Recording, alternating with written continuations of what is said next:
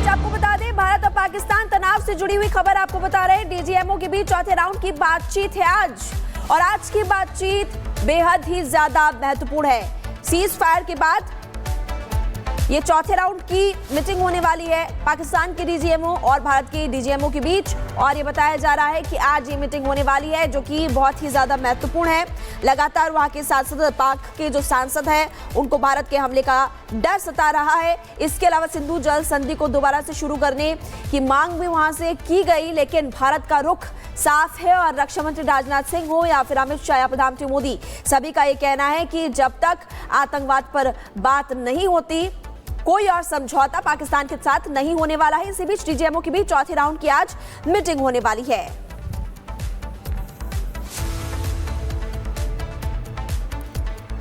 आगे बढ़ते हैं खबरों में, और अगली खबर हम आपको बताने वाले हैं। देखिए, जब से भारत और पाकिस्तान के बीच युद्ध विराम हुआ, कई लोग ये दावा कर रहे हैं कि भारत ने गलती कर दी और भारत को अभी पाकिस्तान को और ज्यादा मजा चखाना चाहिए था। लेकिन इस बारे में दुनिया भर के विशेषज्ञ क्या सोचते हैं, आपको हम वो भी बताते हैं। देखिए रिपोर्ट।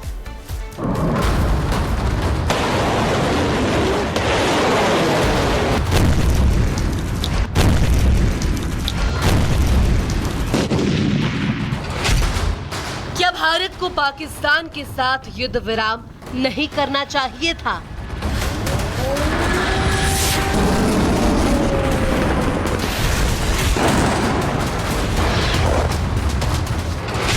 क्या भारत को पाकिस्तान पर हमले और तेज कर देना चाहिए था?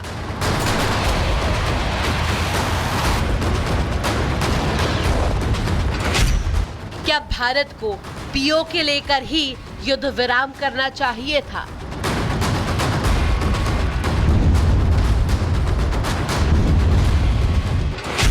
और क्या भारत ने पीओके ना लेकर इतिहास की सबसे बड़ी गलती कर दी है?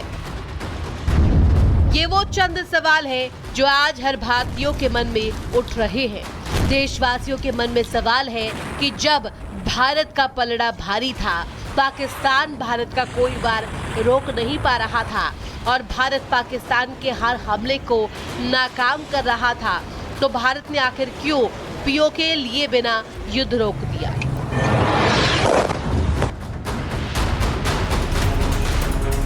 तो इसका जवाब दिया है युद्ध की जानकारी रखने वाले और अंतर्राष्ट्रीय मामलों के जानकार ब्रिटिश एक्सपर्ट डॉक्टर वॉल्टर लैडविग ने। डॉक्टर लैडविग कहते हैं कि इसमें कोई संदेह नहीं है कि भारत पाकिस्तान की तुलना में अपने मिशन में ज्यादा सफल रहा। पहली बार भारत ने आतंक के खिलाफ कोई डोजियर तैयार नहीं किए, बल्कि सबूत इकट्ठा करने के बजाय भारत ने आक्रामक रुख अपनाया। भारत ने रक्षात्मक रणनीति से निकलकर आक्रामक आतंकवाद विरोधी नीति अपनाई और पाकिस्तान को करारा जवाब दिया। लेकिन भारत ने युद्ध रोककर ठीक ही किया, क्योंकि अगर भारत पाकिस्तान के साथ संघर्ष में उलझा रहता तो भारत का ध्यान एशिया से भटक सकता था, और अगर ऐसा होता तो ये भारत के हित में नहीं होता। भारत को पाकिस्तान पर नहीं बल्कि चीन पर फोकस करना चाहिए। Well, I think what stood out for me the most was first the shift in Indian government policy in terms of responding to terrorist attacks within India that it believes are linked to groups that operate in Pakistan. And whereas in the past we saw governments feel the need to sort of seek to assemble a dossier or provide evidence of linkages, now there's a move to a policy stance of saying that a failure to rein in groups, a failure to prevent groups from having safe haven in your territory is enough. कई और विदेशी expert भी ये मानते हैं कि भारत ने पहलगाम आतंकी हमले के बाद जो टारगेट तय किए थे, वो सभी टारगेट भारत ने पूरे किए और इससे भारत की साख में काफी इजाफा हुआ है। विदेशी एक्सपर्ट मानते हैं कि भारत ने 4 दिनों में इतिहास बनाया। दुनिया को भारत ने अपनी ताकत का एहसास कराया, पाकिस्तान को दिखा दिया कि किसी दुस्साहस को भारत बर्दाश्त नहीं करेगा, और चीन को भी संदेश दिया कि अब 1962 वाला भारत नहीं है। सच तो ये है कि भारत जो संदेश देना चाहता था वो संदेश पूरी दुनिया में जा चुका है। हिंदुस्तान के हुंकार को न सिर्फ पूरी दुनिया ने सुना बल्कि भारत के बदलते रुख को देखा भी कि आज का भारत दुश्मनों को सीमा पार जाकर घर में घुसकर मारता है।